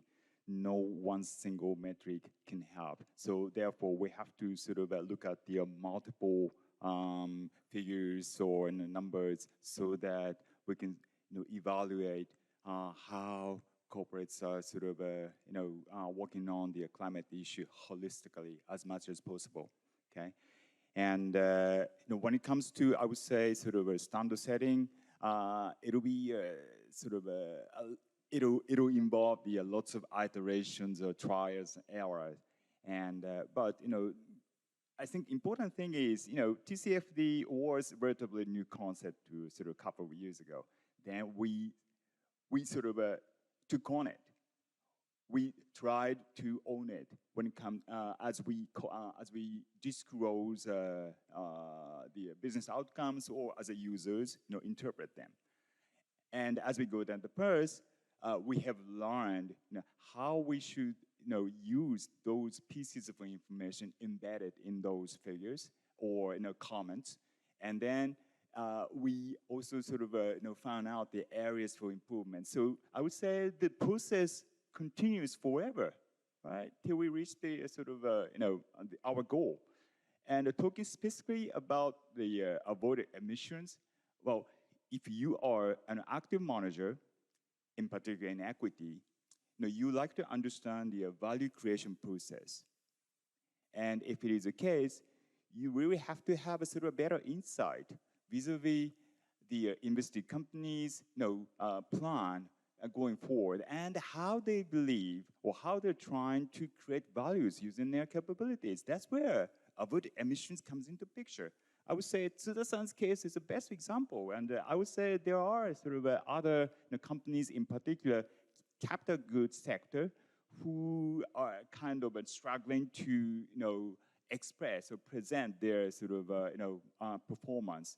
And again, if they are material or pretty much relevant to value creation process, we would love to sort of hear their stories with the numbers embedded. That's my view. Well, thank you very much. So I think we still have one more, still have time to ask one more question to Becky. And for Becky, I'd like to ask, what is the future plan for the TCFD, and how can the business community in Japan or elsewhere in the world be involved in the standard-setting discussions in the coming days? Obviously, we have, as Tsuda-san mentioned earlier, we have a new agenda that we'd like to bring it to the attention of the TCFD. But if you can let us know how we can make such a voice heard, I would appreciate it. Absolutely. The first thing I would say is just how much we appreciate at the TCFD the voices that Japanese companies provided in the consultation. So we were really encouraged to see broad international participation in the guidance, which improved the final language a lot. And some of these things that we've heard today on the panel around the challenges of Scope 3 information and how Hitachi is working to make sure it's capturing, truly its contribution to society rather than just focusing on an absolute number. That's very valuable feedback as well. And Amundi's point around making sure there's a win-win solution with invested companies so that you're not divesting, but rather, leading portfolio alignment in a way that's benefiting both the investees and the investors is another excellent point. So I think that type of feedback that we heard in the consultation was extremely valuable to us. And I would just encourage the Japanese business community to keep responding to these consultations as they come up. I know that there have been a lot that have been put out both by the task force and by others in this space recently. And I'm sure companies are, also looking a bit for a break from these long-winded consultations. But just from the perspective of the Secretariat, we received, over 1,500 open responses across the 200 respondents that participated in the survey. And those were incredibly valuable for improving the final guidance. So I just wanted to leave this audience today with the message that type of response really matters and is critical to getting these standards right. And so I just encourage you to keep participating in those consultations and in that standard setting process as it comes up. Thank you. Well, thank you very much, Becky. And so that helps me wrap up the discussion very positively. Allow me to take a moment to summarize what we have discussed over the past 50 minutes. The TCFD is about to publish its revised annex, which incorporates renewed metrics and targets. Disclosure of Scope 3 emissions is seen as an essential element in managing emission reduction in the entire supply chain. That said, the evaluation of Scope 3 emissions is not a simple practice, and its materiality differs substantially depending on the type of business. That is why both sides of the investment spectrum are called to communicate with each other on the background and necessity to disclose Scope 3 emissions, while working together to develop a mutually satisfiable evaluation methodology. Along with Scope 3 emission disclosures, there is an increasing level of interest in measuring and disclosing avoided greenhouse gas emissions. We heard that several industry-led initiatives are developing standards pertaining to the measurement of avoided greenhouse gas emissions. As a growing number of countries are making climate-related disclosures a mandatory practice, the number of TCFD supporters are likely to increase, and at the same time, the comparability of disclosure information are expected to improve. However, flexibility in the disclosure practices should be maintained so that motivated companies can freely showcase how they manage climate-related risks and make the most of their opportunities.